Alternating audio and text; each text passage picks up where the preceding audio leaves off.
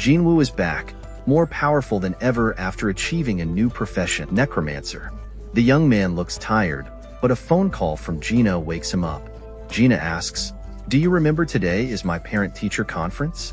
Jinwoo was really surprised. He showed up at school looking like a star, to the point that Gina had to ask, "What is this? Is he really your brother?" Jinwoo simply smiled innocently. It's not unusual for Jinwoo to dress casually, but this is an important meeting, and he needs to look more formal. He doesn't want his sister to feel embarrassed in front of her friends.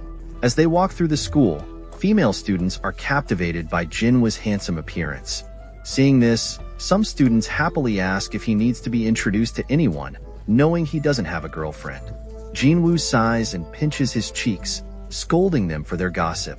The head teacher praises Gina as an excellent student, both in character and academics. She's an ideal role model for her peers, the teacher says. Hearing this, Jinwoo smiles brightly, proud of his sister. The teacher also mentions that Gina's current test scores are enough to get her into medical school, as she wishes. She encourages the family to avoid putting too much pressure on Gina so she can develop naturally.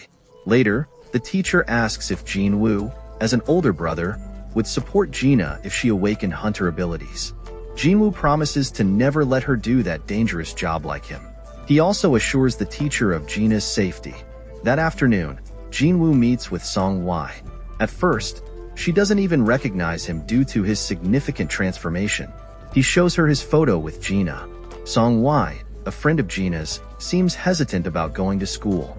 She believes an E-class hunter like her won't earn enough money.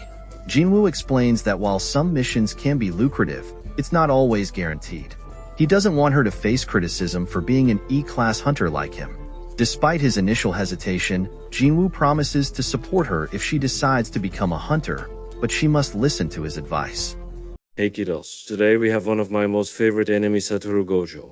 Look, I don't usually ask for favors, but if you want more awesome anime recaps, please subscribe, like, and comment. I'm counting on you. You're the reason we keep going. Don't let us down. The scene shifts to the airport, where Jinwoo is welcoming a powerful S-class hunter back to Korea. The hunter complains about the country and says he doesn't plan to stay long. When the manager of the Hunter Association greets him and inquires about his stay, the hunter bluntly states that he dislikes the place and doesn't intend to stay long.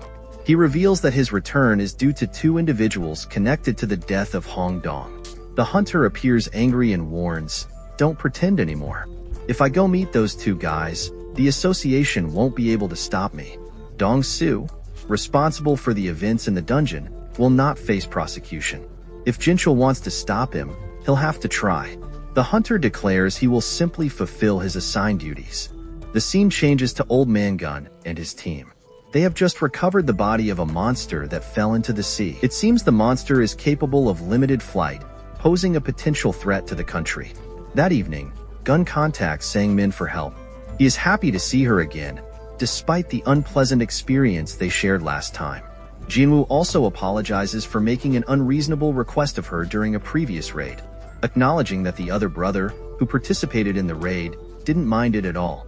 Jinwoo had initially expressed interest in observing the training process, much to the surprise of others.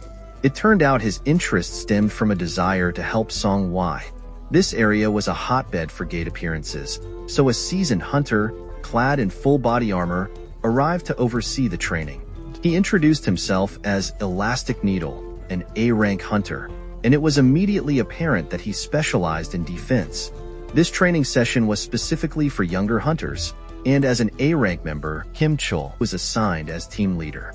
He couldn't help but feel a pang of annoyance at being paired with two E-class hunters. It felt like an unnecessary burden, a weight dragging him down. Jinwoo introduced the team lineup, 10 members in total, comprising 1 A-rank, 5 B-rank, and 2 C-rank hunters, including himself and Song. Deep down, Jinwoo hoped that witnessing the harsh realities of the dungeon would discourage Song from pursuing this dangerous path. However, to his surprise, the stronger members of the team only encountered C-rank danger gates, not nearly intimidating enough to deter her. An assistant reminded him to refrain from interfering and allow the new hunters to learn through experience. Entering the gate, the initial atmosphere was relaxed. The other girl, seemingly under the impression that she was being led by a handsome older brother, was quite excited. However, Jinwoo's sense of unease grew as the blue gate abruptly turned red, radiating a malevolent energy. He frantically tried to pull Song back, but it was too late. They were trapped. Panic ensued. Song, terrified, could only watch as the gate vanished, transporting them to another dimension, a desolate landscape of endless white snow. Kim Chun, a veteran hunter, quickly grasped the gravity of the situation, recognizing it as a red gate. Curiosity piqued, he inquired about its nature. Jinwoo explained that red gates were a unique and dangerous type of dungeon. Once inside, they were completely isolated from the outside world, with no means of escape. Their only chance of survival was to defeat the dungeon boss. Moreover, outside assistance would be impossible, and the monsters within would be significantly stronger than those encountered in normal gates. Before they could fully comprehend the situation, an arrow whizzed past, striking and killing one of the C-rank youths. Song, cowering beside Jinwoo, was unharmed. The B-rank girl witnessed the gruesome scene with wide eyes, and even the seasoned team leader was visibly shaken. The ice goblins remained at a distance, their killing intent not yet palpable. 2 months ago, Jinwoo himself would have been a prime target. However, the other hunters, including the team leader, displayed a chilling fear. The ice goblins issued a chilling warning, making a throat-slitting gesture.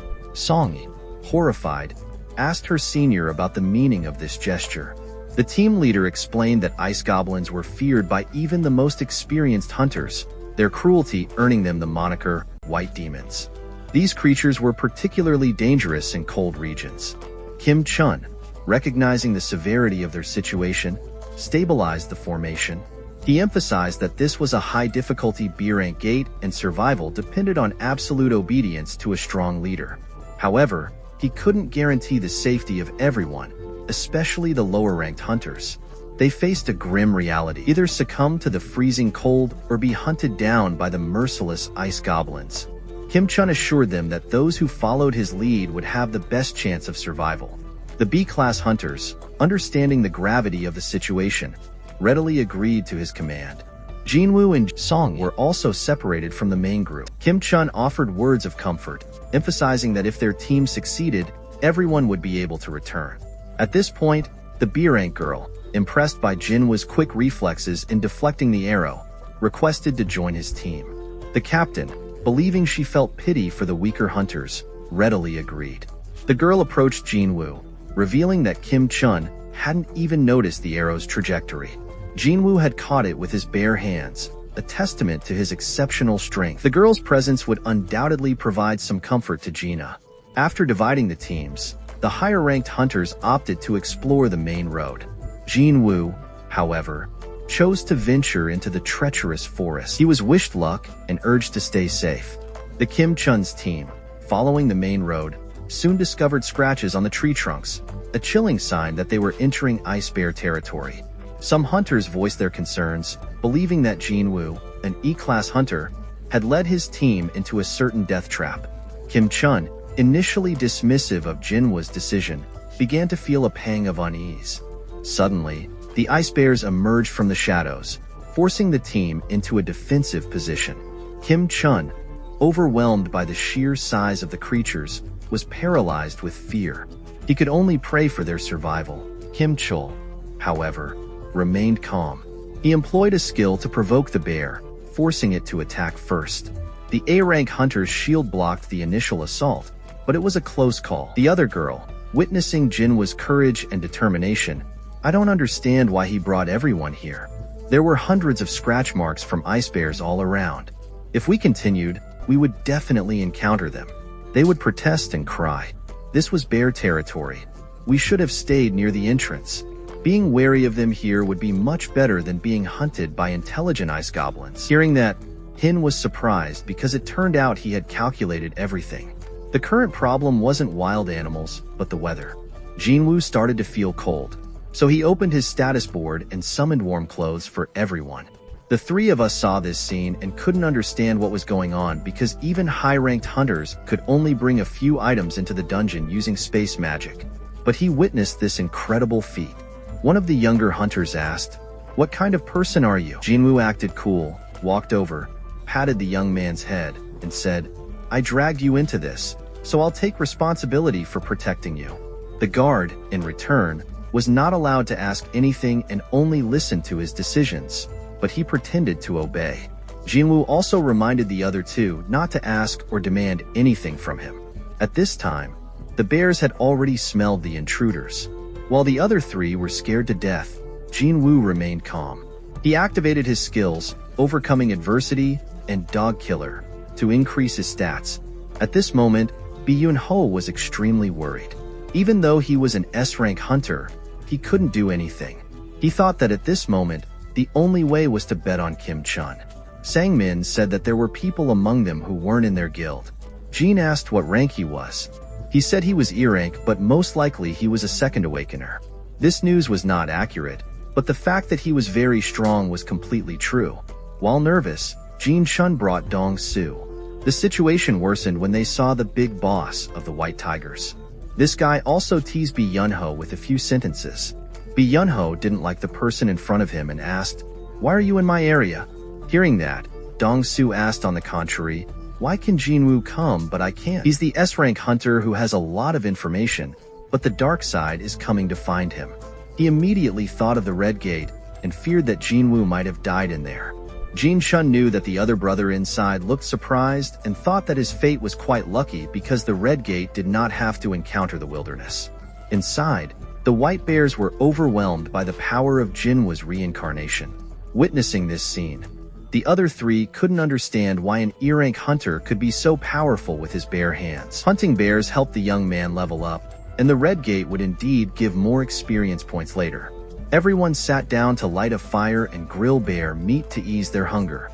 Remembering Jinwoo, they realized he was a strange but different kind of hunter. Seeing the senior hunter struggle, he had chosen to confront the most challenging situation head-on. He went to the lair of the bears to challenge the young man who was willing to return the Dark Army. This would be the first mission for them. Both sides rushed into a bloody battle. The bears had the home field advantage and extraordinary strength. However, Jinwoo's army possessed the skills to fight. Each of Jinwoo's undead soldiers fought fiercely, and with the support of his magicians, things were going smoothly. However, recovering the ghost soldiers after each battle consumed a significant amount of mana. The situation took a drastic turn when the leader bear entered the fray.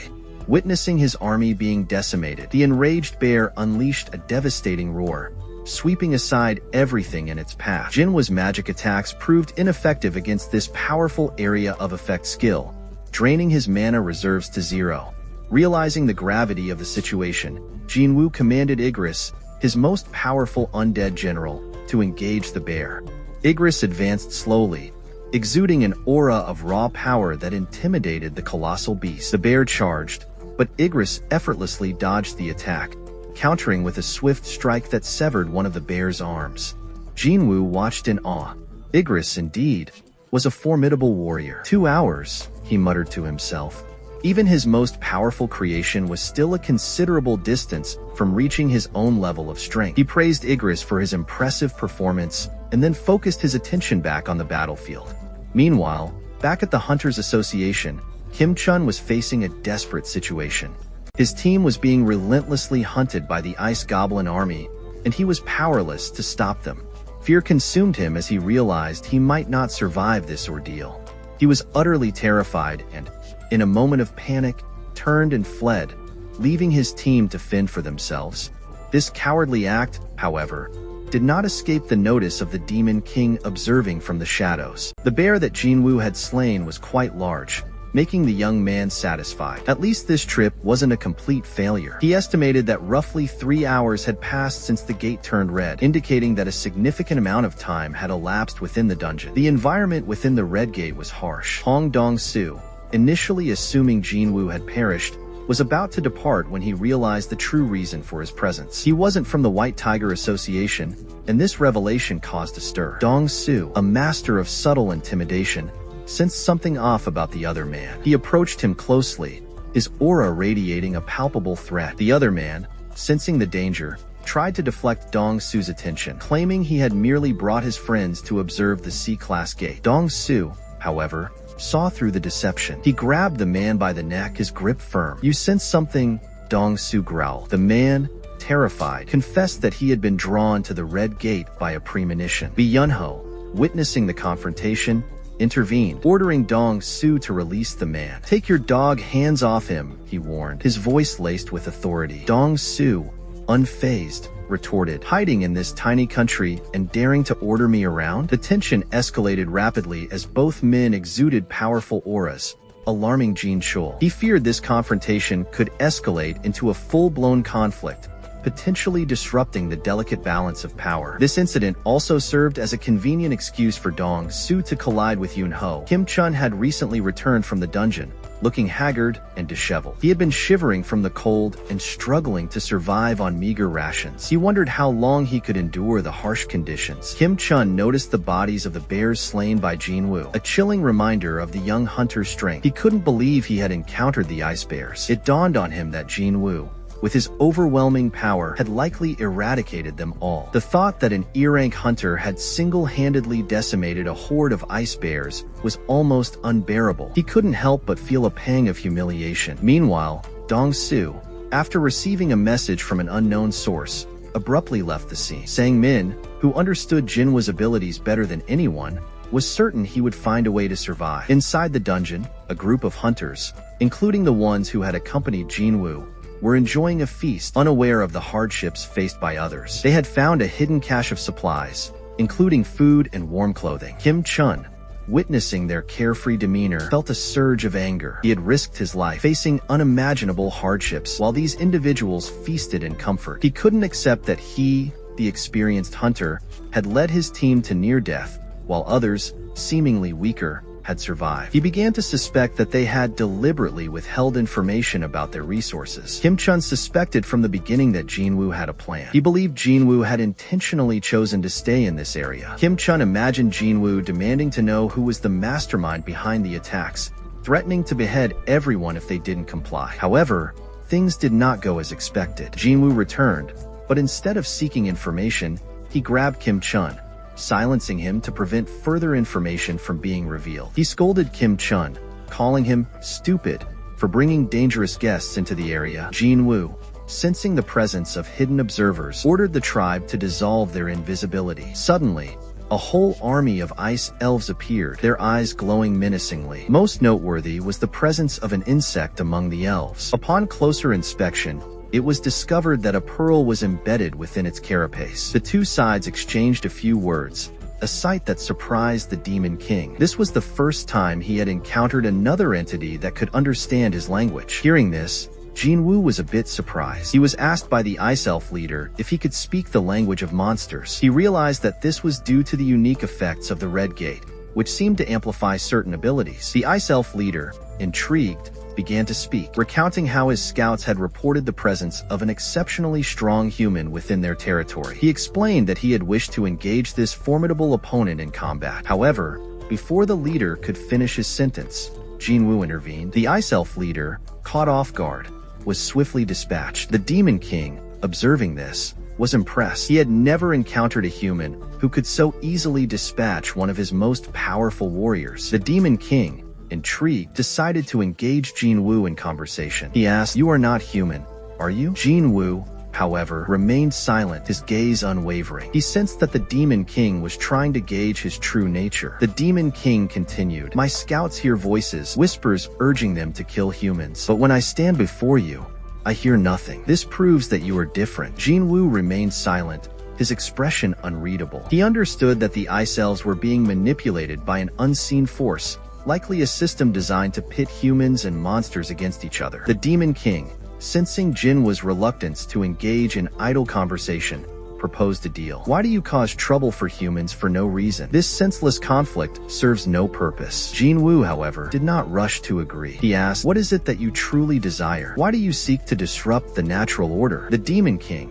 surprised by Jinwoo's insightful question, hesitated. He had never considered the underlying reasons for his actions. Jinwoo, sensing the Demon King's uncertainty, subtly signaled his army to prepare for battle. The remaining Ice Elves, sensing the shift in the balance of power, began to feel uneasy. Jinwoo, with a chilling smile, declared, let us see which side prevails. The battle commenced, a chaotic and brutal clash between Jinwu's army and the remaining Ice Elves. The initial advantage lay with Jinwu, but the Ice Elves fought with desperate ferocity. Some of the remaining humans, witnessing the carnage, attempted to flee, but Ice Elves swiftly dispatched them with a single arrow. But suddenly Jinwu blocked it and killed them. The young man felt that underestimating his opponent was a mistake. Although immortal, the Dark Army had suffered significant losses. Considering the current situation, he feared they wouldn't be able to hold out for long, especially against a boss much stronger than him. Even if he joined forces with Aegis,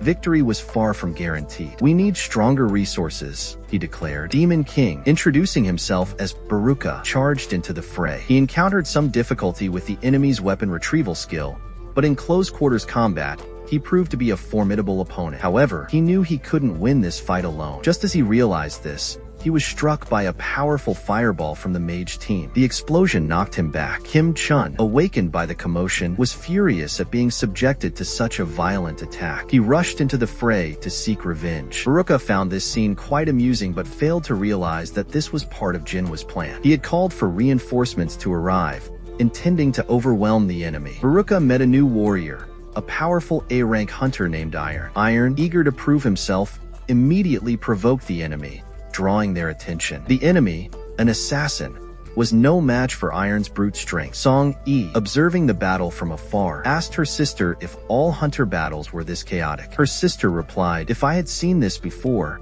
I probably wouldn't have dared to become a hunter." Baruka, seeing the carnage, became bored and instructed Jinwu and Aegis to join the fray. They complied, their combined assault overwhelming the enemy. Baruka had underestimated his opponent. Jinwu, who had been biding his time, suddenly unleashed a flurry of attacks, catching Baruka off guard. He managed to dodge the vital blow, but acknowledged his opponent's strength. He noticed that his soldiers were struggling. To his surprise, Jinwu discarded his weapon, a move that initially seemed foolish. However, it was part of Jinwu's strategy to create an opening. With Jinwu's weapon out of the way, Jinwu used his ability to teleport and swiftly closed the distance. The mage team capitalized on this opportunity, unleashing a devastating area of effect spell that cornered the enemy. Baruka, realizing the tide had turned, shouted, "The battle is over." Iron, following Jinwu's orders, delivered the finishing blow to the enemy leader. Despite the intensity of the battle, Iron seemed more concerned with celebrating his victory. Jinwu,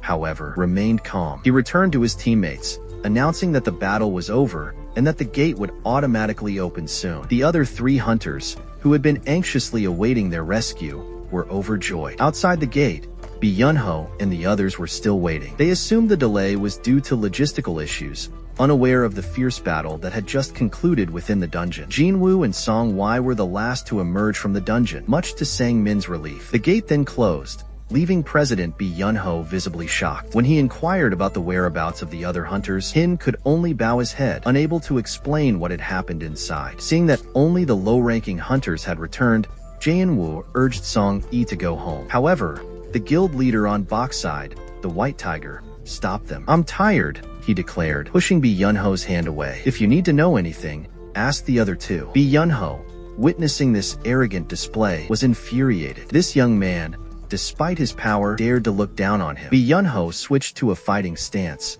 threatening Jinwu. Jinwu, witnessing this, turned and glared at the White Tiger. "I saved 2 lives, he retorted. "If you have any complaints, you should be thanking me." Byunho, initially intimidated by the White Tiger's arrogance, realized that Jinwu was right. He apologized to Jinwu and bowed his head in submission. When Jinwu and Song Wai finally emerged, Song Wai, still a bit shy, simply called him by his name, hoping to avoid further questioning. Jinwu, witnessing the awkward exchange, felt a sense of helplessness. He had experienced horrifying scenes within the dungeon, yet these higher-ups were more concerned with social etiquette. On the way back, Jinwu took out the reward for the battle, which included a rare weapon previously coveted by Baruka, a renowned weaponsmith. Jinwu, upon seeing the Baruka's body, was initially overjoyed. However, he soon realized that the Baruka was cursed. He had attempted to arise Baruka 3 times, but each attempt had failed. No wonder he was so upset earlier. The next day, Jinho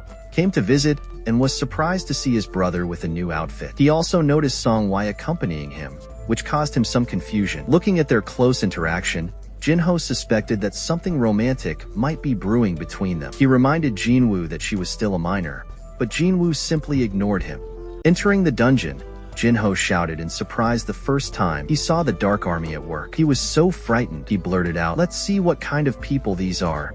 They're so strong." He's complaining. "This is one of my skills," Jinwoo said. "Just get used to it gradually. There's still a lot to explain." "So? Okay, Jinho, you didn't say anything." After beating him, he let his subordinates go and exploited him. He even took Jinho's job, which made him very sad. Jinho shouted, hoping his older brother would give him this easy job. "But to let the Dark Army do that, I feel it's useless." Basically, Jinwoo just want to speed up the work. The scene changes to a sinking ship, where Strong, Jinwoo's father, the incredibly skilled hunter who was trapped in the gate for years, has returned. He's back, but only in America, and he doesn't understand English. This scared the other hunters. That night, Jinwoo and his brother went drinking. Jinho was incredibly grateful because his older brother helped him talk to his dad. His next goal was to pass the Hunters Association theory test. The president asked about Jinwoo, and he said he'd be very busy and couldn't be contacted because he was drunk. His younger brother also shared his feelings. He was worried that his senior would think he was annoying and useless after achieving his goal. He didn't want to bother him anymore. He also mentioned that he had an older brother who was 10 years older, and even though they were family, he felt hated by him. Compared to that guy, Jinwoo even stood up to protect and help him in every way. Sometimes he thought it would be amazing if Jinwoo was his real brother. Jinwoo didn't hate Jinho at all, so he poured a glass of wine for him. Hearing that, Jinho shouted, "I'm so touched. I don't know how to describe it." They sat down to eat and drink happily. At this time, they couldn't confirm the other man's identity, so they locked him up according to his statement. He said he had been trapped in the gate for 10 years, but for some reason, that place connected to another gate. This incident was unheard of in America. They feared he was a monster, so they called another S-rank hunter to question him and get his statement. Dongsu was Korean, so it would be easier to communicate with him. One guard asked the man in front of him what his name was, and it was a bit difficult to pronounce. He replied, Sung Il Hwan, and then returned to the men's room. It was just dawn, and it was time to say goodbye. With a sisterly concern, Jinwoo said he would be gone for about a week, reminding Jaina to be careful at home. She thought her brother was working too hard and that he should go on a trip to relax, perhaps with a friend. This thought made the young man feel a bit helpless. The truth is, he went to the burning castle to conquer the fight. Jinwoo, who was only level 20, now had a force more than 3 times his original strength. In theory, this place was no longer considered dangerous. He entered the door on the first floor, and the system immediately assigned him a task: to kill demons, as the castle was filled with them. The condition to complete the task was to collect 10,000 souls from them. Damn it, he thought. My target this time is somewhere else. Consider this just the prelude. Whether it's 10,000 or 100,000 souls, he knew he would definitely succeed. The next day, Jinho received the papers from the association. He should also speak with the old man who wants to lead the association and prevent his father's brother from interfering. Jinho was pushing for a youth plan, claiming that his brother's plan to bring in an outsider as president was too risky. Before he could explain further, his father immediately agreed. Having heard of Jinwoo's impressive achievements, Jinwoo then swiftly eliminated the entire attack army of demons. The hunter who supervised the killing of prisoners involved in the 2 dangerous cases above and still survived was not just lucky. He was a person of true power. Just the other day, his father received information from the White Tiger Association about an incident at the C-Class gate. The red shift caused many high-level hunters to vanish, and Jinwoo was one of the few survivors. This further solidified his father's belief in Jinwoo's strength. Thanks to Jinwoo, Jinho was able to obtain the guild leader's license, allowing him to build close friendships with individuals of such high caliber. So, his father agreed to hand over the management of the new guild to Jinho, relying on him instead of his eldest son as before. However, there must be conditions related to countering the White Tiger Association, as they were clearly interested in gaining influence of Jinwoo. If the son had a close relationship with Jinwoo, it would be much easier. Jinho also promised to bring Jinwoo back to the guild, which pleased the old man greatly. Returning to Jinwoo's location, he had already destroyed many black demons. Each one here was forbidden to use soul-summoning magic, otherwise, they would have had a significant advantage with an additional army of demons. Then came the reward. The only thing received was permission to enter the upper floors. In front of the entrance, a pillar of light appeared, signifying that the dungeon was vast, as if an entire city was contained within a single building. The distance was significant, so Jinwoo summoned his bear for convenience. The leader,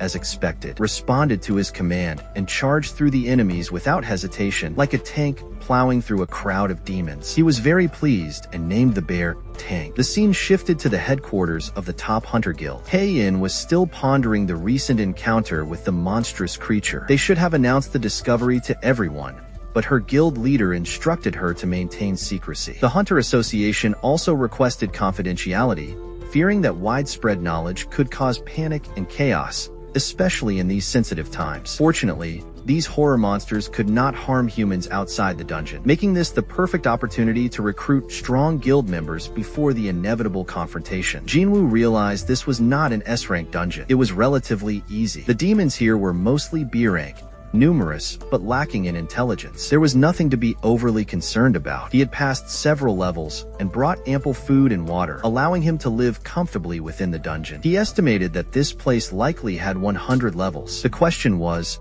how strong will I be by the time I reach the top? The 10,000 Demon Soul collection goal was still ongoing. The most pressing concern, however, was food. He had planned for a week-long stay, but at this rate, it might take half a month. The most important thing was to keep his promise to his sister. Jinwoo focused on accelerating his progress. After completing the 10,000 Soul collection mission, he clashed with the boss. Immediately, he summoned the Dark Army. The red text warned Jinwoo that this power could also pose a danger to him in the outside world. Meanwhile, the White Tiger Association was trying to recruit him. How on earth did they lose track of him for a whole week? Heian and Sang-min, the only ones aware of his strength, were assigned this mission. After inquiring about Jaina, he learned that his brother was traveling. The confusing part was that according to their investigation, Jinwoo had not traveled abroad or participated in any raids. The scene shifts to the dungeon. He commanded the ghost soldiers to engage the boss while he focused on other targets. Aegis led the army into battle, swiftly defeating numerous enemies. Recently, with each level up,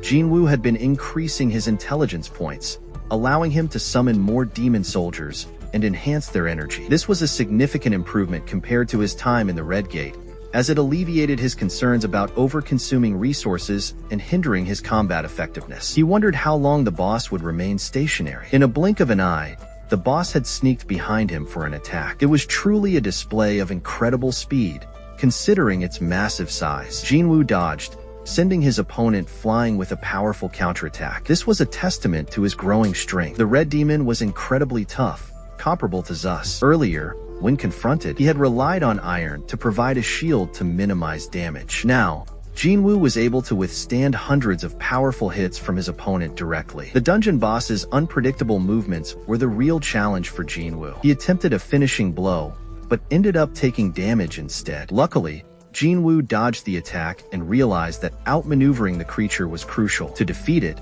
he needed to restrict the boss's erratic movements. Jinwoo began to circle the boss, searching for the perfect opportunity. The boss, enraged by Jinwoo's evasive tactics, fell into a trap of its own making. Taking advantage of the smoke and dust created by the chaos, Jinwoo delivered a swift and decisive finishing blow. Returning to the area where the conflict had erupted, he encountered Wilderness Sung Il Huan, a man known for his monstrous behavior. Sung Il Huan regarded Dong Su disdain, usually refraining from idle chatter. However, this time, his anger was evident. Sung Il Huan began to question humanity's knowledge of the gates and the monsters within. He claimed that what they were facing was merely the tip of the iceberg. Something much more terrifying lies beneath the surface, he warned. A power that could unleash unimaginable disaster. Dong Su, bewildered, struggled to comprehend Sung Il Huan's dire warnings. His primary goal was to prevent this impending disaster. How many hunters are there in this world? Dong Su inquired. Sung Il Huan dismissed the number,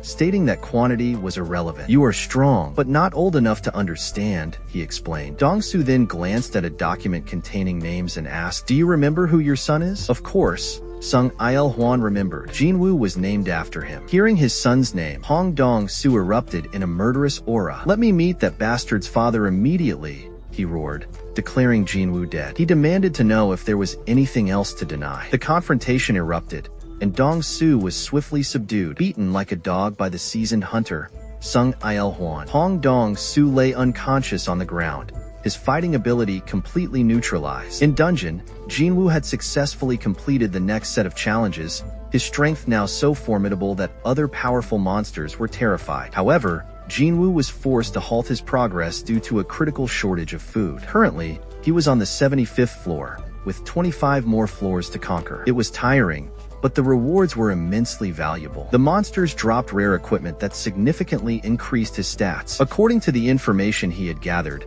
he was still missing a crucial component to activate the full effect of this equipment. He also acquired several other items that significantly enhanced his mage's abilities. He had obtained the key, but it did not reveal Jinwoo's target information. He only possessed a fragment of the World Tree and 2 other rare items, which he hoped would be sufficient to cure his mother, and walked out of the gate with a sad face. Because there's still one more thing I need to make the holy water of life, the purified blood of the Demon King. To get it, I have to be very careful. I've been fighting monsters in the Demon Castle, so I'm stronger now. But I'm still just an E-rank hunter, which makes it hard to get good things and events. The big raid forced Jinwoo to join the youth association. He told himself to stop worrying because he'd be found out anyway. So, he decided to renew his hunter papers tomorrow. The next day, Jinwoo was at the headquarters to test his rank. Kitchell was looking for people to air. After seeing Jinwoo, he quickly called Yunho. Jinwoo didn't know about this when he was invited, so he went in anyway. He met some new people who looked scared and didn't know who he was. It felt a bit strange. The person next to him said that being stronger than E-rank was good enough to survive, which made him laugh. After being called,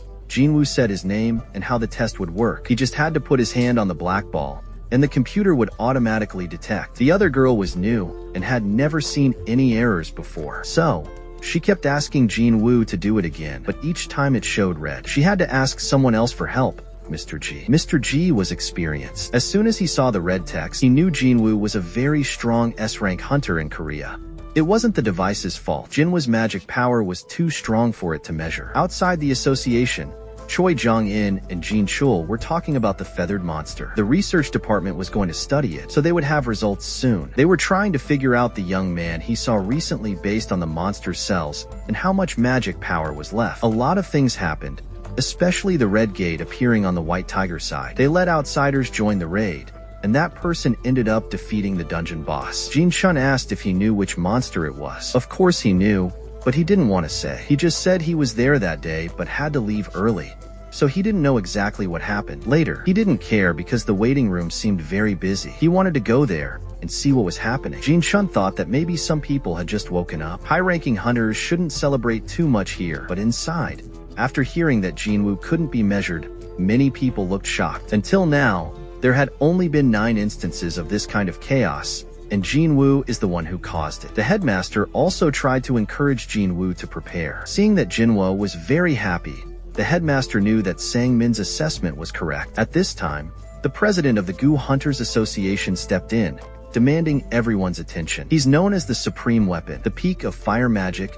Jong and Choi looked on. Jinwoo, sensing the terrifying power radiating from Jinwoo, immediately understood the cause of the commotion. He couldn't miss this opportunity, so he introduced himself and invited Jinwoo to speak with him. Jinwoo seemed uninterested, saying he was busy. This caused a stir among everyone. The Youth Association president thought he hadn't introduced himself yet, so Jinwoo wouldn't know. He asked Jin Chun if he had, and Jin Chun confirmed it. Jong and Choi seemed to be in disbelief about his own power. When I turned around, Jinwoo had vanished without a trace. It's truly the peak, Biyun exclaimed.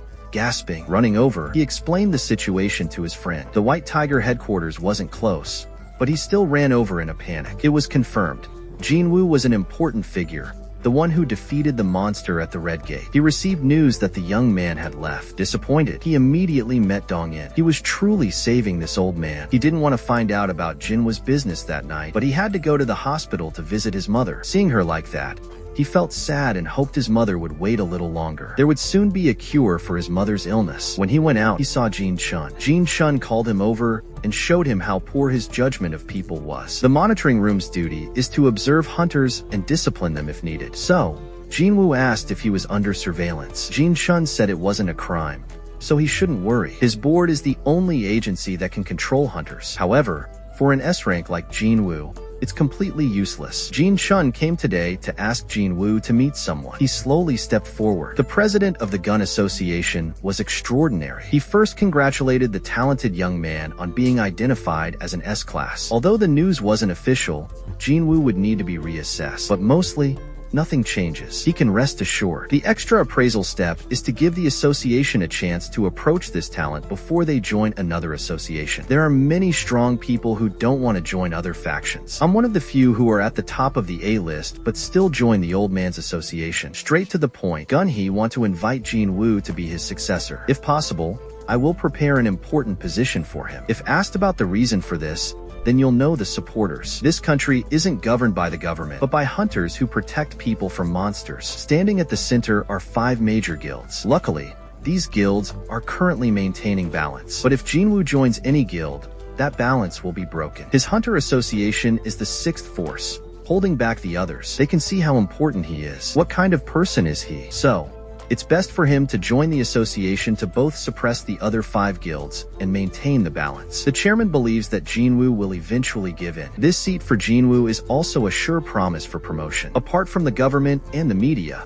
no other entity has enough power to reach Chairman Gun-hee. Not to mention, in terms of strength, he's incredibly terrifying. If he fights him one-on-one, the risk of losing is very high. He's also the first S-rank hunter in the country. I don't understand how he's over 80 years old but still has those muscles. He thinks his life will change dramatically if he accepts this offer. Jinwoo apologized and then left. That made him think that it was ultimately about money. But that wasn't the case. He wanted to be a dungeon fighter. His gaze surprised the old man because there wasn't a single word that was a lie. He touched his heart, wondering how many years it had been since he felt this way. He secretly wished he were 10 years younger, so he could accompany Jinwoo on this journey. But that was impossible, so he had to give up. Jinwoo had to ask permission to go home because his sister was alone. Looking at his departing figure, Mr. Gun-hee remembered the disappointment of aging. Even an S-rank recovery hunter can't resist it, but right now, he feels the passion of youth surging within him. He wants to cancel all his upcoming meetings because he doesn't want anyone to disturb this feeling. This feeling intensified when the section chief went out for a drink with Jin Chul. He immediately agreed,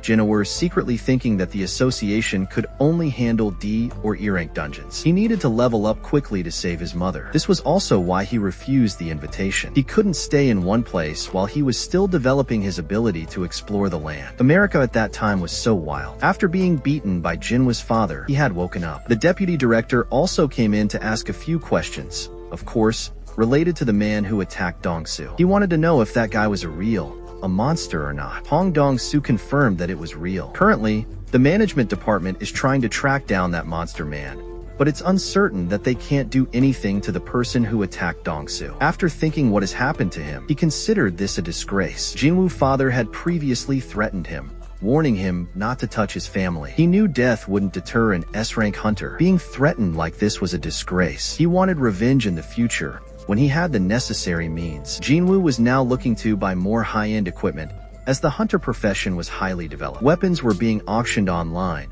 but the prices were exorbitant. This gave young hunters a headache. They needed to prepare for the Demon Castle, but there weren't many good items in stores. The best option was to sell some rare items he had acquired. The problem was that people would be suspicious of an E-ranker possessing such items. He needed to create a believable story, someone who found them at a rank gate. This way, there would be no fear of being traced back. Coincidentally, there was information on the internet recruiting people to explore an A-class dungeon. How convenient. The next morning, the president looked at the young man's photo again. The dungeon incident last year was shocking. Now, Jinwoo had changed so much, no longer as immature as before. Jin Chun added details about Jinwoo's family situation. His mother was seriously ill and unconscious, and his younger sister needed to attend school. Jinwoo's income was crucial for their survival. How did they get news that this idiot had joined the hunter's raid? It was for a new mining position in a virtual environment, but at the same time, he was accepted to work as an E-ranker. In large-scale raids, work needed to be divided clearly. The attacking team only destroyed monsters, while others, those less capable of fighting, would work inside. Zhang and Choi would directly enter the battle. He told everyone to step back so he could be gentle and preserve the monster's body for maximum value. He reminded the girl with a good nose to be careful of the smell, or she might get sick or die. Later, they also came out, surprising Jinwoo a bit. Even though he knew the opponent was strong, breaking through an A-class gate without casualties was truly amazing. He also noticed the girl who was the 9th S-ranker in this country. The aura she exuded was terrifying. He wondered how many people in the world were like that, but then she felt a strong presence and turned to look for them but couldn't find them. It felt like President Gun Hai was visiting, but that sensation quickly vanished. The excavation team began work. Jinwoo wanted to test the boss at the gate. How strong was an A-class boss? When he was bumped into by someone who knew he was an E-ranker, he wanted to be aggressive, but looking into the young man's eyes, he was too timid to say anything more. After witnessing how he worked, he was shocked. What was with this E-rank? Why was he acting like he's possessed by Sukuna? It was break time, but Jinwoo pretended to be working extra hours. In reality, he was going to see the boss. He was excited and wanted to use this hour to have some fun. Later, when he saw the boss's room, he really wanted to take it down, but he couldn't. He saw that the gate was about to close, so he just wanted to lightly slash it. Before he could do anything, Hei and Cha appeared and asked what the young man was doing. He was quite shocked because he didn't even feel her presence.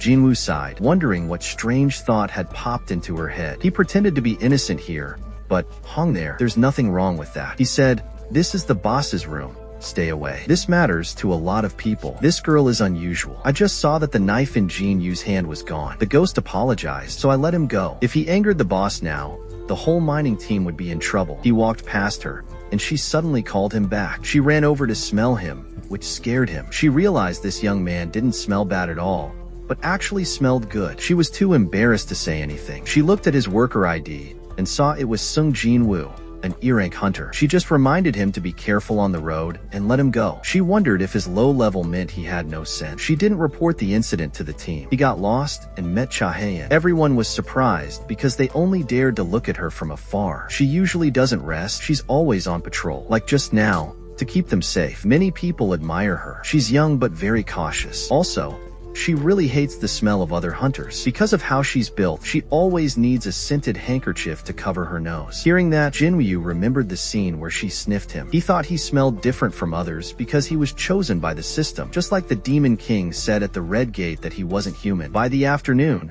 the work was finished, and Jinwoo was paid. The uncle praised him for being very strong. Their team worked faster than the collection team, so the uncle even offered Jinwoo a full-time job with good pay. But Jinwoo refused. The uncle didn't push him, but asked him to work one extra day because there would be a raid on A-rank and C-rank gates tomorrow. Jinwoo realized something and asked. It turned out the second punishment team would be on the field. This shows the power of the Hunter Guild. No one else in the country can send the second team to punish an A-class gate. It proves this place has a lot of talented people. In the next scene, Chahayan suddenly asked someone to investigate the person on the other end of the line. He said Representative Choi also asked him to do the same, but only for a short time. This information wasn't public, so she was even more surprised. This was the first time an E-rank hunter had been hidden by the association. Lying on her bed, she gathered information about Jinwoo. First, she learned that Choi Dong-in was assigned to investigate him after finishing the dungeon. Also, the association was hiding his data, which confirmed that this young man was special, especially since he had that amazing scent that day. After Jinwoo went to work, everyone was happy to greet him and help him. This reminded him of the scene from before, so he laughed because he was in a good mood. When he entered the dungeon, Jinwoo started to work very fast. This gave the whole team a break. Next, they waited for the A-level team to leave. Then, a man named Sun Ki-hun came and asked to borrow someone to help transport supplies because his team was shorthanded. The others were scared to enter the A-class gate, but Jinwoo volunteered because he wanted to go. Everyone tried to stop him, but they couldn't because the young man also wanted to go. His team was much bigger than yesterday's, with 6 A-rank hunters and 3 B-rank hunters. Even without S-rank hunters, this was a strong team compared to other guilds, so everyone was confident. They entered because this gate was considered weaker than their father's team's usual challenges. Inside, Jinwoo felt less magical energy than in other dungeons, and he suddenly felt very uneasy. A girl in the team talked to him to ease the tension. She said the other hunters were very strong, so as long as they were careful, everything would be fine. Ki-hun really wanted to complete the raid. This would officially prove his team's strength. They sensed the enemy and were ready to fight without any orders, which surprised Jinwoo. This team was full of skilled people. Their opponents weren't just ordinary wolves. Everyone worked together to defeat them. The confusing part was why these creatures were here. They were only C-rank, and this was an A-rank gate. Jinwoo realized they were wearing collars, meaning they were raised by someone to work. His bad feeling was right. Suddenly, a B rank and 2 large creatures appeared. One threw a spear at the captain, who blocked it, but the throw was very powerful. The hunters fought fiercely, but they were at a disadvantage. Their skills were almost useless against these creatures. Their bodies were immune to magic. The mage tried to hold one creature with magic, but it only slowed it down for a few seconds. Their teammates needed time to recover. They sent out 2 fire warriors, but even these powerful attacks were blocked by one monster. The martial artist on the team was also strong, but there were too many enemies. Jinwoo saw the situation was getting dangerous. They had already lost 2 strong B-rank hunters. One person's arm was cut off, but he healed quickly. The healer was targeted. This couldn't help Jinwoo to enter the battle, so he used stealth to weaken the monsters. Healer was shocked to see the monsters get their heads ripped off. He didn't want to get involved directly, but he weakened the monsters to help the hunters. Duong saw the creatures acting strangely and asked what was happening. Jinwoo skillfully remained hidden and helped the hunters win. Luckily, no one was seriously injured. The girl who had recovered talked about the strange things that happened during the fight. The captain asked the strong girl if she had done something unusual, but she denied it. She could only use attack magic and a few other spells. The other members also said they didn't do it. Only the girl in black knew who was responsible. Jinwoo secretly used a skill to hide their team members, but no one appeared in the stealth system, so she couldn't tell who the mysterious E-rank hunter was. The hunter saved the day, so she said, no matter the reason, the win is still a win. This made everyone change their minds and stop investigating further, considering it a blessing. She felt like Jinwoo was leading everyone, but she knew he had his reasons, so she didn't question him. Some people asked the captain if they should continue because it was too dangerous. They thought it would take 2 or 3 more hunters. Everyone knew this was important to Ki-hun, but safety came first. He hesitated, making Jinwoo realize this man wasn't willing to give up. Ki-hun was wise and not greedy. He agreed to have the whole team retreat and find another way. Later, everyone was relieved because they would have died if forced to continue. He said he wasn't stupid. Putting people in danger for an important goal was pointless if they lost their lives. However, when they tried to leave the gate, they found it was locked by a powerful barrier. Even their strongest magicians couldn't break it. She secretly thought it was lucky they decided to retreat. If they had continued, they would have been killed by this powerful magic user. Suddenly, a terrifying magical power threatened them all. Even a B-rank hunter could feel it, but the people outside didn't react immediately. Someone was cursed while trying to remove the barrier and turned back. To their shock, a whole army of monstrous orc creatures was waiting for them, all heavily armed. Their leader also arrived, so Ki-hun had to greet him. They knew they couldn't fight and win, so talking was the best option. The other side was sent by the dungeon boss to deliver a message. They introduced themselves as Kago and asked to meet everyone. Ki-hun asked if they had blocked the escape route, confirming his suspicion. Kago said yes, he blocked and cursed it. He then laughed. They had 2 choices: be killed by his soldiers or meet the boss. The captain chose to compromise, so everyone agreed to follow them. Ki-hun sent his condolences for Jinwoo. He said that as soon as they see the boss, everyone should attack. Jinwoo should escape while they fight with the boss. He wouldn't be able to maintain the barrier while fighting. The main team asked if they were going to die. Everyone was willing to die. Their goal wasn't to survive and return, but to close the gate. He realized this team was different from the one he met before in the double dungeon. The girl from before asked Jinwoo to leave a will for her family and to fulfill her mission until her last breath, but she wanted him to live and return to the outside world. Cha-hae went to find Jinwoo, but couldn't find him anywhere. The uncle from the mining company asked why she was there because it was her day off. She wanted to know where the E-rank hunter was. He told her that Jinwoo had entered the dungeon to transport supplies. At this time, the A-rank party had entered Kargilgon's residence. There were thousands of soldiers here, and they couldn't defeat them all. Kargilgon greeted them, saying, "Finally, they're here."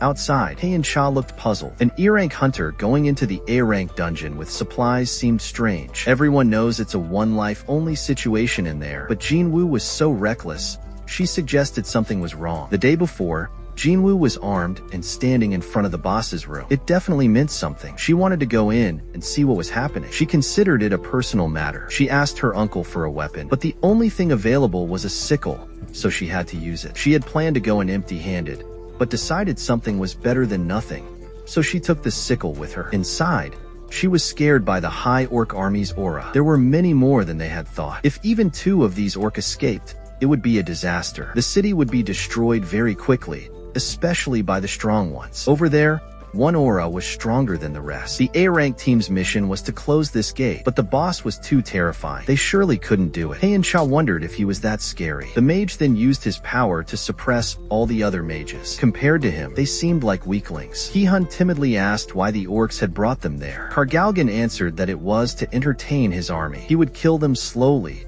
enjoying their pain, to amuse his soldiers. Everyone was afraid because the A-rank hunter was being used. To the mage, their resolve was just a source of amusement. Their lives were no different from broken toys, disposable at any moment. However, Ki-hun still beat the other guy and realized that among the humans, there was someone very strange. This was also interesting to him. The captain ordered the attack, but when he turned back, he saw that everyone was scared and didn't dare to move. He was stopped by Kargalkan using a skill called Great Guardian Song. Then, using anti-gravity magic, he made Ki-hun fly up, then accelerated his fall, causing him to crash savagely to the ground. Ki-hun kept flying up and landing. It was very painful. Everyone who saw that scene could only look at the captain with pity. When the captain was about to make a move, Jinwoo stood up and asked Kaiun if he could deal with all the monsters there. Ki-hun said no. Jinwoo was an outsider and shouldn't get involved, but the demolition team was in danger. A guardian saw this and was about to attack, but Jinwoo grabbed him by the neck. He threw it straight up to the ceiling and it disappeared,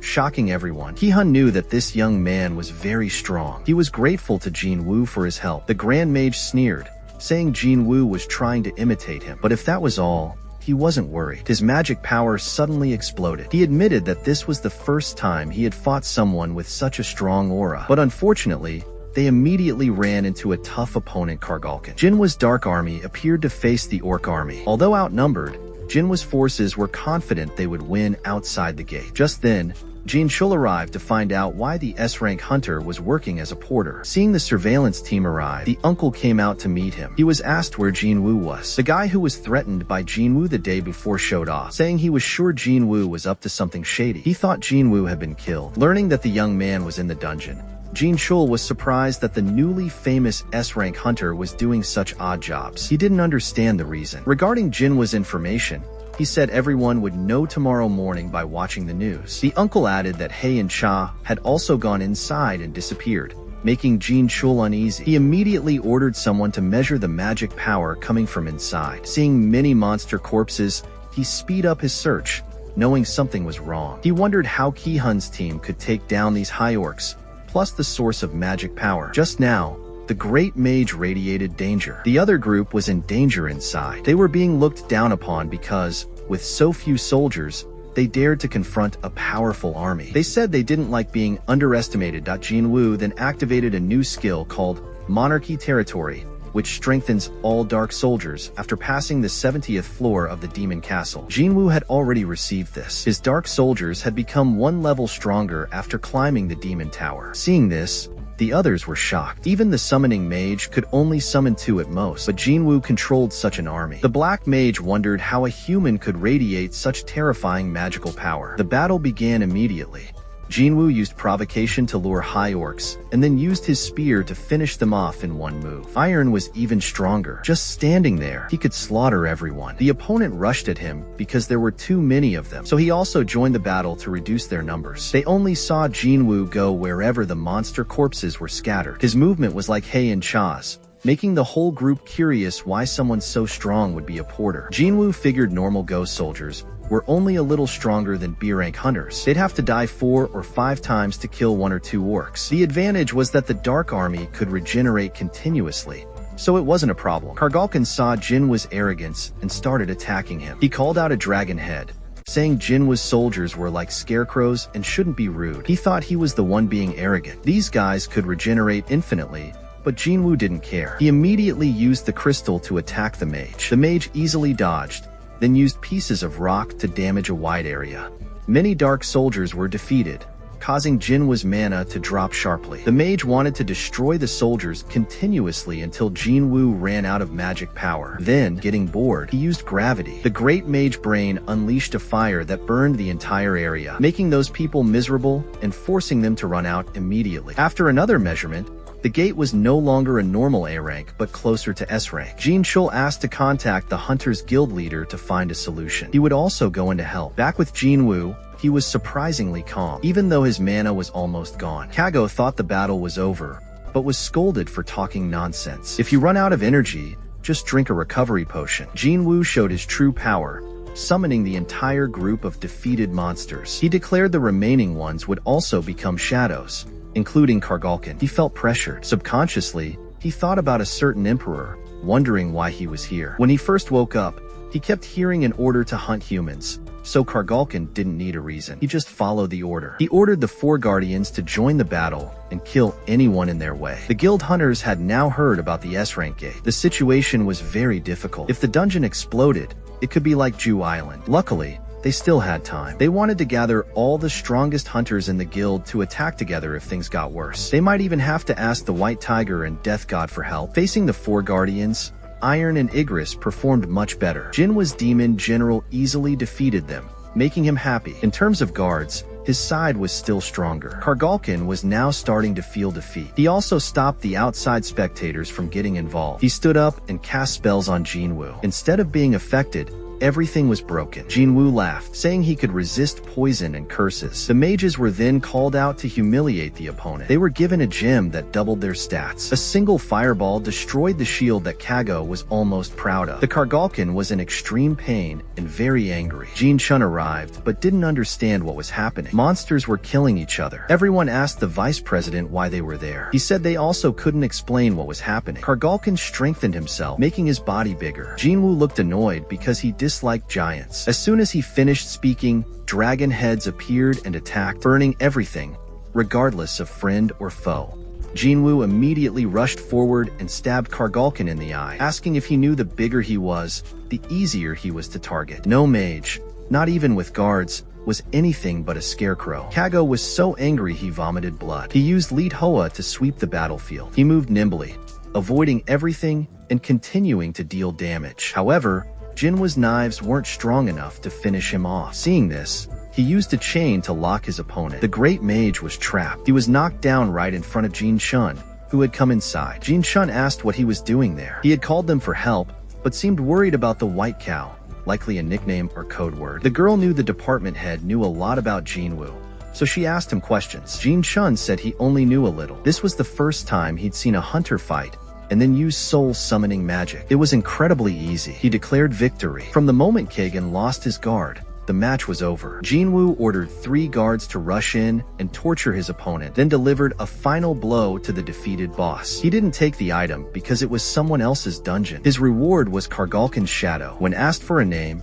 Jinwoo couldn't remember, so he called it Tusk. Surprisingly, this shadow was an elite knight, higher rank than Igris. As expected, the boss of an A-rank gate dungeon should be this strong. While he was enjoying himself, the chains broke. Jin Chun and everyone else arrived. He was too focused on fighting and hadn't noticed. Not knowing how to explain, the supervisor stepped in, saying Jinwoo's personal information was monitored by the association. He asked everyone present to keep it a secret. Ki-hun was very grateful to Jinwoo for saving him. Everyone bowed their heads to thank him, making Jinwoo happy. He returned the will to the girl. Hei and Cha called Hyler back to talk, but she asked, "Why are you holding the sickle?" She blushed, asking if people would think she was weird. The next day, Ki-hun reported what happened in the dungeon. Choi felt lucky everyone was still alive. Right now, both the White Tiger and the hunters owed Jinwoo a favor. After hearing about his ability, Choi couldn't believe it. Ki-hun was asked who was stronger, him or Jinwoo. This was hard to say, so he asked back if the guild leader could conquer the A-rank gate alone. Choi was silent and felt ashamed. He himself couldn't conquer the gate without help. Ki-hun hoped the guild leader would invite Jinwoo to the guild. Choi said he would try. Jinwoo was having coffee with Jinho, discussing his guild. At the same time, an important event was taking place at the Hunter Management Association, attracting many journalists. Min Sung was the center of attention. Bi Yun-ho from the White Tiger side and Choi Jong-in from the Hunters Association were present. The journalist just pointed the camera at the two of them and asked if they came here because of El Min Sung. Bi didn't even know who they were talking about. Luckily, Jong-in heard the news that the young man had signed a contract with the Death Association. "We're coming today. This is because of something else." Hearing that, the reporters left so that the 2 guild leaders could go inside. By the way, Bi Yun-ho also mentioned the A-rank gate, but brought about the S-rank danger that had just happened. Choi Dong-in also teased back, saying that it was as dangerous as the Red Gate that caused the famous Hunter A on the White Tiger side to lose his life. Both sides exchanged words and finally mentioned Jinyu. Currently, Both guilds were grateful to him for standing up to prevent the disaster. Just like that, the two friends turned to fight each other, asking why they were adding more S-rank hunters, or were they planning to compete for the top Gue position. The situation was tense.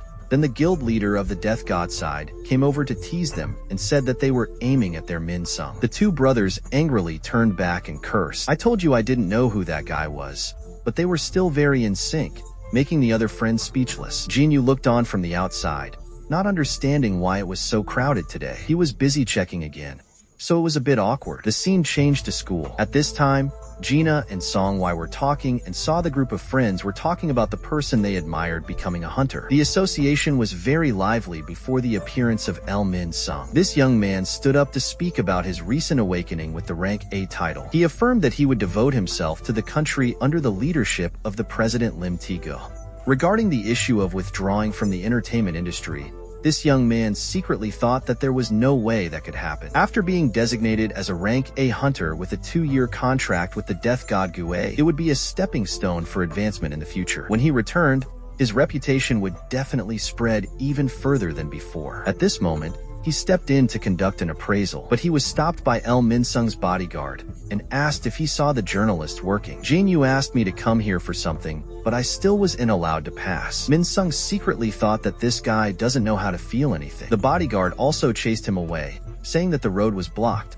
Then the President Gun Hai came out and said that stopping others without permission would cause trouble. He said that he was his guest and asked if the other party had any other opinions. No, in addition, he remembered that there was an announcement to suspend all interviews at this time, but Lee Min Sung was too timid to say anything, so he let the President Gun H bring the matter to the menial. The incident made the press even more crazy when he personally stood up to welcome Jinyu. Everyone was very curious about who he was, making Min Sung angry and wanting to attract attention, but unfortunately, Jin Chun stopped him. The young man whispered and asked him who he was. He was no longer as intimidating as he was. Just one word from him would make him lose his seat. Jin Chun said that even though he didn't know who Min Sung was, if he dared to cause trouble again, don't blame him. The two big guys also stood up and greeted him. At the same time, they wanted to know how terrible the men's real abilities were, because there weren't many S-rank people. If the recruitment was successful, this would be a big turning point in their careers. Jinyu entered a closed room with only 3 people before making the final decision. The association wanted to know more about his abilities. Hearing that,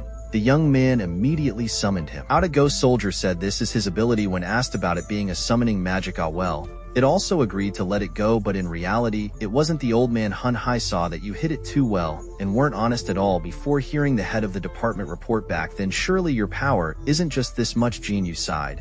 But anyway, since it's already revealed, then just show it to people. Then immediately the Dark Army appeared, causing the 2 people outside to be shocked. This is still not all, but you can still summon hundreds more individuals. Guild leader Gun looked at this number with wide eyes, even stronger than a big Gue Choi Dong, and felt the terrifying source of magic power, then turned pale. Even Bi Yunho was overwhelmed, couldn't compare to Jinyu, so that the power of the one who helped the 2 big guilds overcome difficulties. A little later, the inspection process was completed. Mo received a new hunter license, which is rank S, then was so happy then could sell the Greed Gem without fear of being suspected, and at the same time used that money to buy equipment. Conquered by the Demon Station one more time. My friend also congratulated me because I have achieved the highest title. They have high expectations for the achievements he will achieve in the near future. Jinyu, just like that, on the way back, the 2 presidents stood up to welcome me. Dongin hoped that today he would have some time to thank the gate incident recently, but I said no.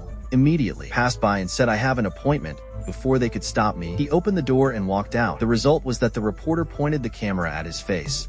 The news about the 10th rank S hunter also spread widely, but the doctor at school was shocked and had to ask Gina again if he was seeing things. Both were also shocked. They didn't expect him to get so much attention. On the construction site, the people who worked with Jean the other day were the same. The big guy thought I was a murderer, but when he looked back, he was scared to death. His acquaintances were very happy to see this news because they all loved me. The press glared at him. He went to interview the 10th rank S hunter, turning Lai Min-sung into a joke on the side. Jinho was also sadly talking to his father about not being able to convince his brother to join the Jinyu Guild, saying that he had something important to do alone, so he would fight more, and if he joined any organization, he would be entangled. The best way was to form a new guild and invite his younger brother and the team. His father asked him if he knew that was selfish. Originally, This plan was assigned to Jin Sung, but he intervened and ruined everything. Now he was planning to shirk responsibility and leave the team. Jin Ho still decided to go with Jin Yu, his beloved brother. Hearing that,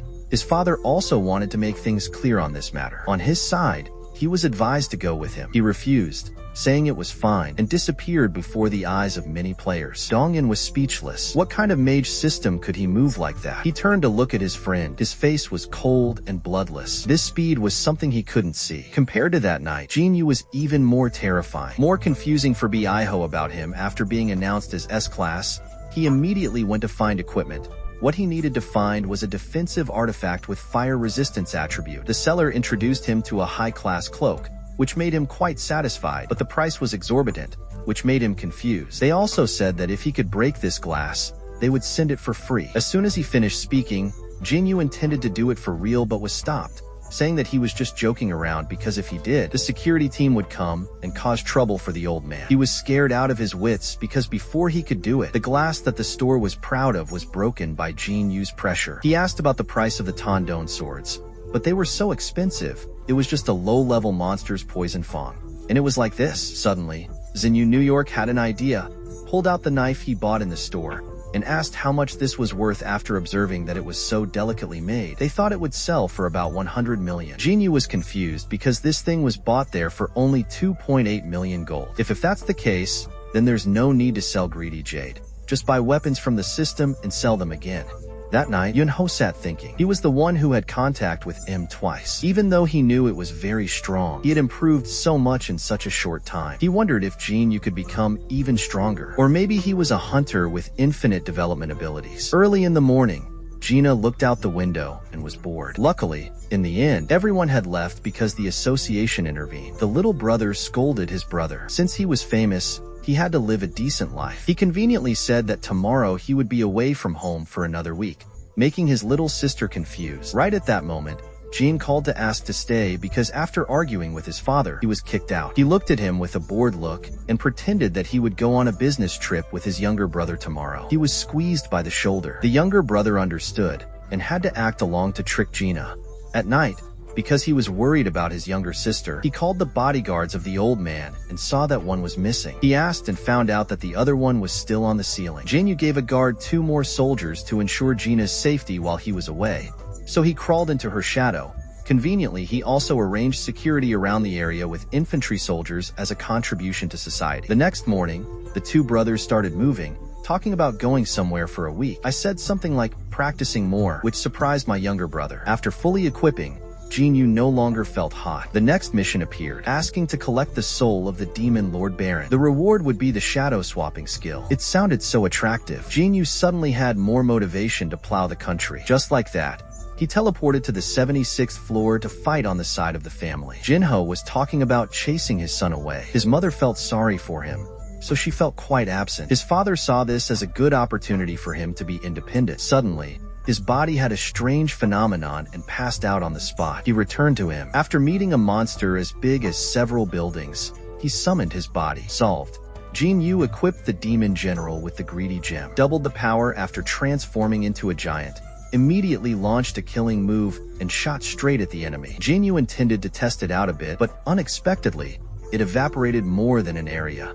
Seeing that TUC used the greedy gem so effectively, he also let this demon general keep it healthy at the hospital. Dwinho was diagnosed with eternal sleep disease, which would make him constantly sleepy until at some point he would not be able to wake up again. Ironically, living in a world filled with magic power, he himself had no resistance, so he contracted this unexplained disease. The scene changed to a certain island at this time. Suddenly, a monster appeared. This was the ant species that once terrified hunters. Jean was quite idle at this time. He divided his army into many small groups like that. Sweeping would be more effective. To get to the upper floors, he needed a pass. If he found it quickly, his progress in climbing the tower would also increase. Currently, 2 days have passed, but Jin Yu is still stuck on the 80th floor. Occasionally, his mana would decrease, making him realize the problem. There is someone destroying his shadow soldiers. No wonder the search progress is slow. Sit down and analyze. Jin Yu realized that the people who took down the soldiers all targeted the weak groups, proving that the opponent was quite smart. After guessing that the next target to be attacked was my group, he had already ambushed them. As expected, 4 fully armed demons appeared. Their abilities were quite high, easily defeating the bears. Seeing that, the Xinyu appeared and immediately became the new target. However, the progress was clear when with just one kick, that demon went to court. His teammates saw that and rushed in to steal, but were also slashed to pieces before him. He always wondered if monsters knew fear. Finally, he had the answer. The battle between Jin Woo and the demon leader Ellis broke out immediately. Of course, Jin Woo's performance completely overwhelmed his opponent, who surrendered as soon as the young man delivered the finishing blow. Jin Woo was quite shocked because the opponent could speak, and with a girl's voice. Thinking it was a person, he opened the item box to see a small girl waving her hand and saying, "I'm sorry." She surrendered and pleaded, "Don't kill my clansmen anymore." Jin Woo was confused. "I don't understand what's going on. It's clear that I was attacked." Now she's begging for mercy for her comrades who have already been defeated. "Don't you hate me?" She replied.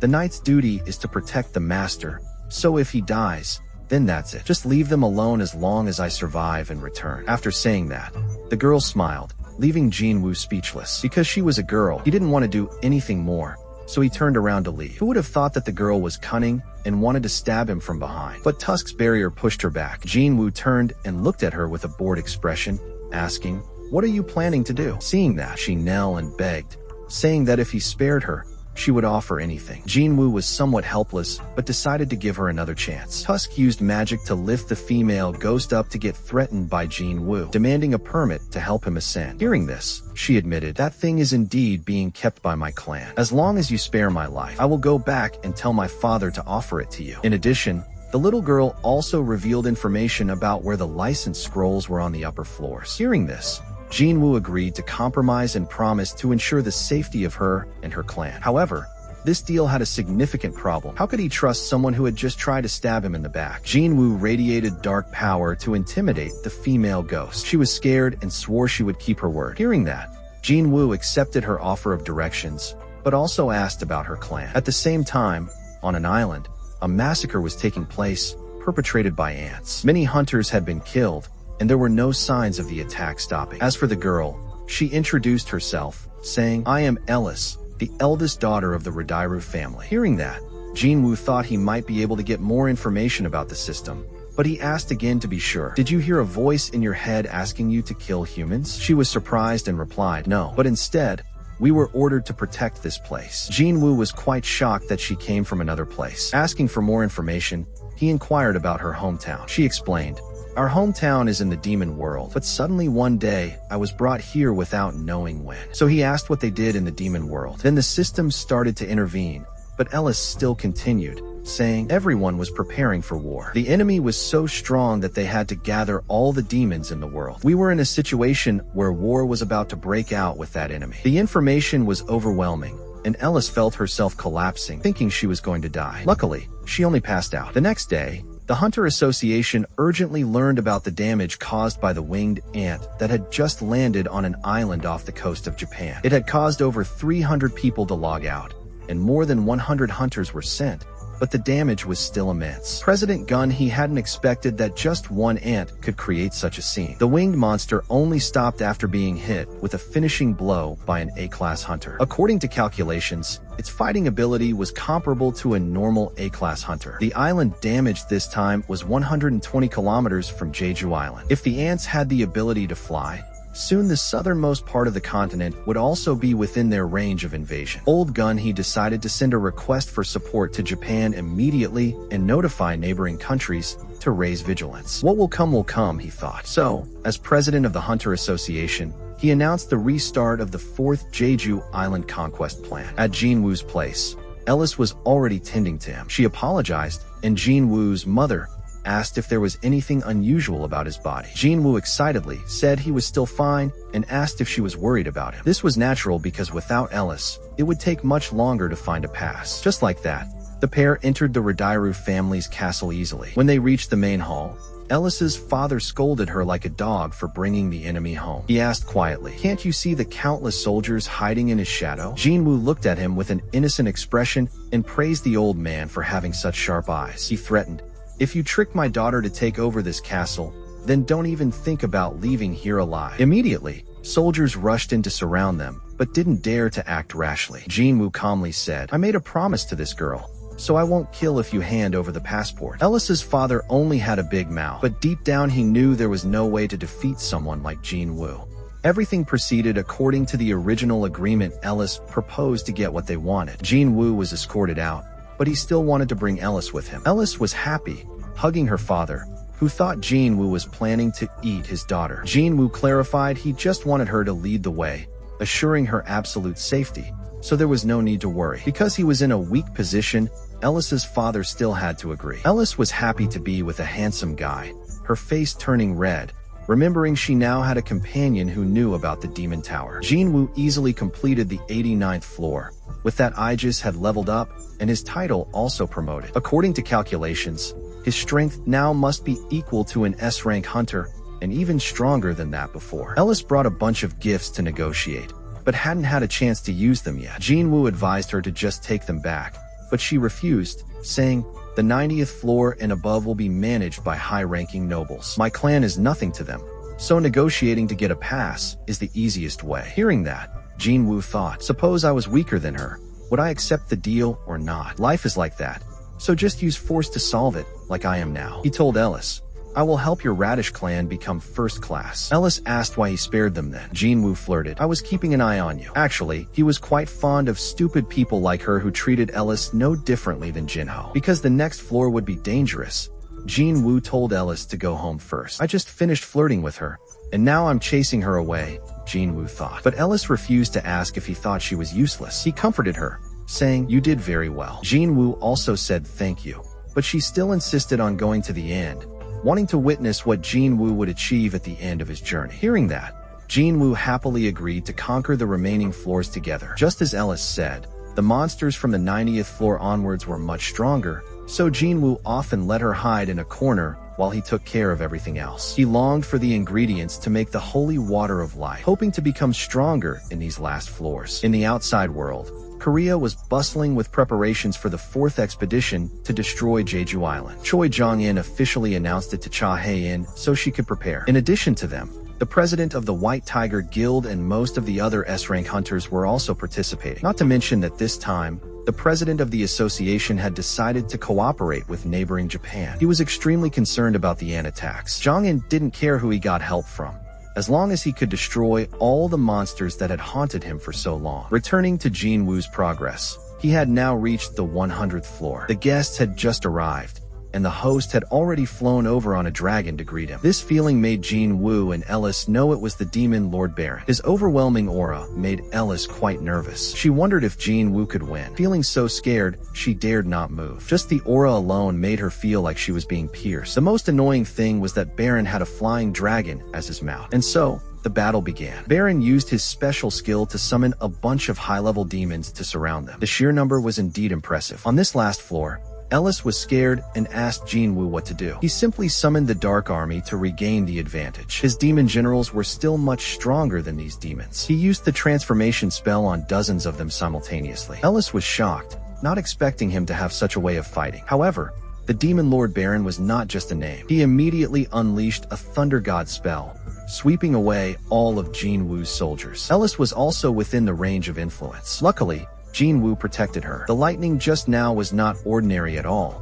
It carried a stun effect. Although the dark soldiers could regenerate, each strike like this consumed too much mana. Before that could happen again, Jin Woo rushed in to get close and eliminate the troublesome dragon. But unexpectedly, although Jin Woo was hidden, Baron still guessed his position, blocking the attack with a barrage of lightning. Just like that, chasing after Jin Woo forced Igris and Tusk to intervene, changing the situation with the ruler's authority. The mage general successfully counterattacked the demon lord. Igris did not miss the opportunity, lightly severing the head of the flying dragon, bringing Baron down to the ground. Against Jin Woo, who was already strong and also adept at long-range attacks, what could Baron do to win? At the same time, outside the dungeon, a representative hunter from Japan was present. Hinkawa from the sword-drawing guild drew his sword and stood up to act as an interpreter. He announced that his guild leader was Goto Ruji. The president knew that their side had 11 S-rank hunters and was the second largest guild in Asia. A person who could unite such strong individuals was of course extraordinary. Both sides discussed the results after dissecting the first ant's body,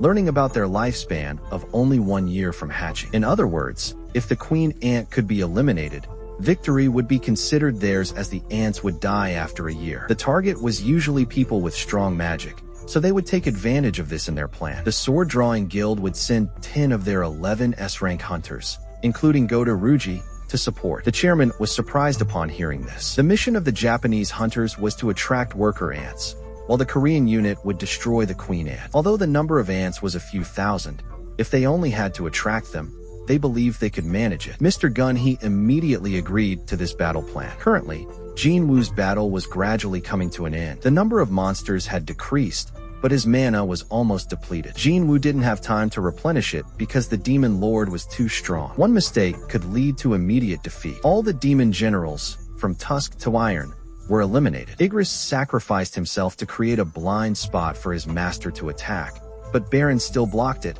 making Jin Woo extremely shocked. Jin Woo had to pay the price and was hit. Luckily, he was still able to escape, but his mana was exhausted, so from now on, he could only rely on his physical strength. The opponent also seriously readied 2 swords. Ellis could only stand and watch the battle between these 2 strong individuals. Both Jin Woo and Baron attacked, and Baron created lightning, limiting Jin Woo's speed. Baron launched a series of slashes, but they were all blocked. Occasionally, the opponent used his sword to push Jin Woo away, preventing him from doing anything. The Demon Lord approached and hit Jin Woo straight on, causing him to lose his weapon in pain. Jin Woo tried to use all his strength to block, but Baron's hand strength was too strong. Baron continued to unleash destructive lightning at close range. Jin Woo fell into a life-threatening situation, but Ellis's support from outside helped him. Taking advantage of that brief opportunity, Jin Woo activated the skill ruler's hand. He twisted the 2 hands of the Demon Lord, causing him to scream in pain. In the next second,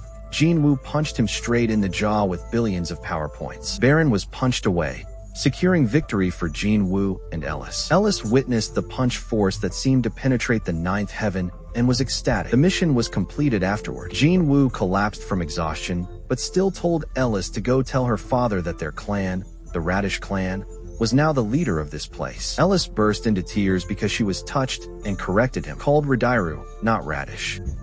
After the battle with the Demon Lord Baron, Jin Woo finally obtained what he had long wished for, the blood of the Demon Emperor. Through purification, it could now be used. He immediately prepared to combine it with the 2 previous ingredients, but the success rate depended on his intelligence stat, making him a bit stressed. He looked worried, and Ellis asked if everything was okay. Jin Woo reassured her, saying it was just preparation, and they needed to wait. Luckily, Jin Woo's efforts had been rewarded with 3 additional items, specifically about 6 vials of the holy water of life. The question now was whether it could actually help his mother wake up or not. Iron then interrupted his train of thought by dragging the dragon's body to its owner. Jin Woo praised Iron for collecting the soul, calling him thoughtful. Iron seemed to be happy in response. Jin Woo then successfully collected the soul and acquired a new mount, with Ellis conveniently witnessing the scene. She couldn't believe the system also involved naming requests. The only problem was he couldn't remember the name. Ellis thought his memory for names was terrible. He decided to call her Kaisel, thinking with that,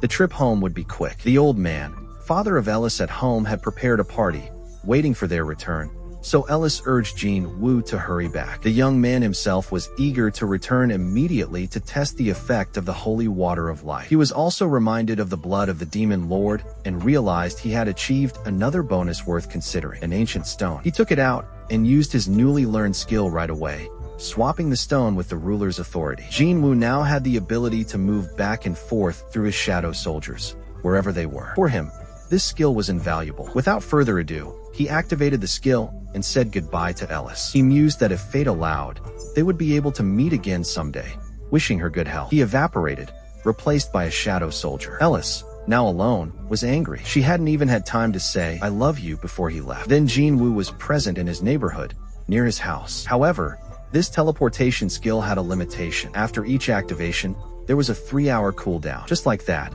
he jumped straight up into the sky, summoning Kaisel to fly him to the hospital. The scene changed to the Hunter Association, where they were still discussing plans to attack Jeju Island. They would use fire magic as bait to lure the ants in and simultaneously use electromagnetic waves to cause noise, disrupting the monster's communication. Meanwhile, the task force from Korea would invade the ant nest, and weaken the queen ant to kill her. The question was whether electromagnetic waves would actually work. President Gun-hee was quite worried, but Japan's investigation confirmed their effectiveness, so Gun-hee could trust the plan. But they still needed an exit strategy in case the electromagnetic waves didn't work. The immediate task was careful preparation before sending the hunters on their way. Jin-woo was also invited to participate, but they still couldn't contact him. Byung-gu and Yun-ho was drinking with acquaintances, Min Byung-gu, an S-rank hunter and the head of the recovery division. He had quit the profession at a young age despite promising prospects and no injuries. Besides, he was also a close teammate of Yun-ho from before. Seeing such young talent retire was quite concerning to President Yun-ho. Byung-gu was an unusual but extremely funny and kind guy. Yun-ho mentioned Jeju Island to Min, and Min confirmed the mission made him quite sad, recalling the scene of Woo Jin-cheol's death there. But he also knew they had to keep going. Byung-gu thought, "That's why I have to go. Soon the ants will find their way to the sea, and this country will become a battlefield again, just like in the old days." Min Byung-gu urged Yun-ho to be successful. "Since when did you become such a patriot? If you're going anyway, then just say it," Byung-gu said. "Juniors really support you. After that, I absolutely won't go there." If Yun-ho came today to convince him, then you'd have to apologize. But the reason President Yun-ho called was to say goodbye. You can't know the result in advance. If by chance, there's no chance we'll meet again, then let this drinking party be our comfort. Byung-gu said he was about to prepare for the civil service exam. "I can't stand the bloodshed, so being a civil servant is best, both gentle and safe."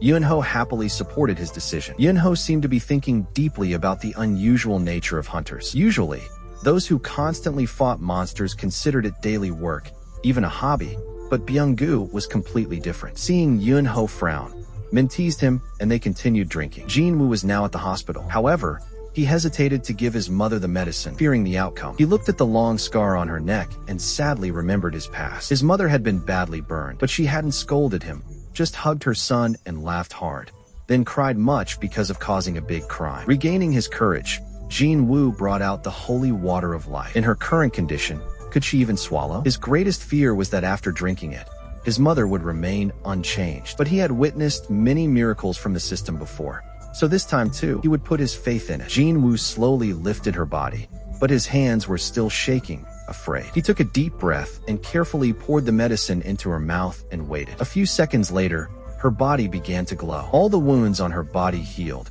including the old scars. This process was like a miracle. Her complexion returned to its youthful state to before she was hospitalized. Jin-woo called out, "Mom," but his mother didn't answer. At this moment, he prayed, "Please, let my mother wake up. This is the only reason I fight to the death and become stronger. So please, wake up." Jin-ah was studying at home, but felt lonely, sensing something was wrong. After going outside for a bit, she looked back towards the hospital with countless thoughts. At this moment, the moonlight shone, a warm wind blew, and a spark of life flashed into his mother's soul. When Jin-woo raised his head again, she was there, awake. When his mother woke up, she recognized Jin-woo immediately. Her first words were to ask if it was Jin-woo. This didn't make him as happy as telling her that she had been sleeping for 4 years, and that Jin-ah was still alive and well. Hearing these words, his mother thanked him profusely. Jin-woo said he was just keeping his promise to himself. And of course, he had suffered a lot in the past. Looking into the wounds on his body, the boy, despite usually being strong, felt the holiday fatigue fall upon him. In his mother's arms, he felt like nothing could hurt him. Jin-woo just kept saying, "It's okay. As long as she was well,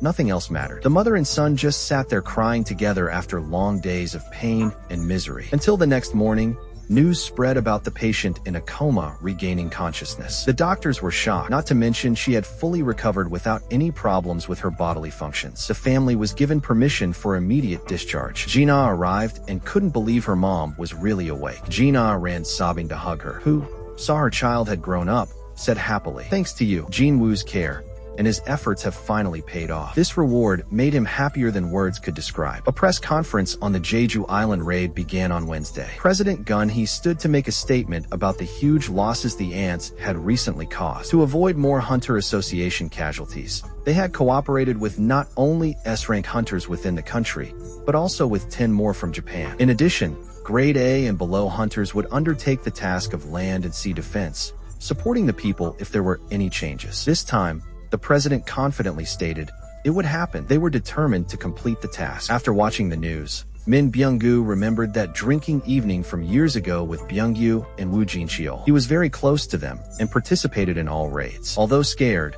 Woo Jin-cheol knew those who couldn't fight were 100,000 times more afraid than them. So he wanted to end this story, and only those with power like them could do it. We cannot let Korea become an anthill. After remembering this, Min Byung-gu made his own decision and sighed about his past reluctance. Later, after taking his mother home, Jin-woo found Gina being extremely destructive, so his mother urged both of them to clean up the house together because it hadn't been touched for 4 years. This house had been bought since Gina's birth. Many stains took forever to wipe clean, but this wasn't what bothered him. In his mind, a worry kept haunting him. Had he stepped too far into forbidden territory? He should check on his mother's family. Looking at a family photo, she asked if his dad had been in touch lately. Unfortunately, there was no news. His mother knew her son was a hunter and probably inherited it from her husband, who was a fireman and always tried his best in the work of saving people. Gina also proudly said she is also trying to become a doctor. In the next scene, Jin-cheol also informed Chairman Gun-hee that he had contacted America, and they suggested reaching out to the national-level hunter named Thomas Andre. Jin-cheol had little hope that this big figure would help, but this time he couldn't blame them. That man had power equivalent to the military force of a country. Therefore, he couldn't arbitrarily intervene in other countries, even though Korea was a disciple of America. Perhaps Thomas would come here if he was simply passing by on his schedule, or maybe there was some other reason. Later, Jin-woo was present at the meeting to discuss the raid. The chairman said the raid would begin in 4 days. First, he asked if Jin-woo could help. Jin-woo thought to himself, if it was before, I would agree quickly because I need to study hard to become stronger. But after mom came back, it's different. I want to have a happy life with mom and Gina. Before he could answer, suddenly he felt it, a magical wave. Old Gun-hee praised him. Impressive. Even at this distance, you can still recognize it. Currently, many S-rank hunters were practicing. Yunho was fighting with Hwang Dong-soo, the master of martial arts, and was knocked down very quickly. Master, the common term of address, was very rare. Seeing this scene, Chai Jong-in also went over to observe, wondering if President Yunho was serious. The original ghost hunter has no exterior door, she murmured. There were also other elites in the association and Knights of the Order right now. 10 of Japan's S-class hunters had all arrived under Goto Ruji. Goto also noticed Jin-woo as a potential killer, but was told by Hankawa that Jin-woo belonged to the mage class,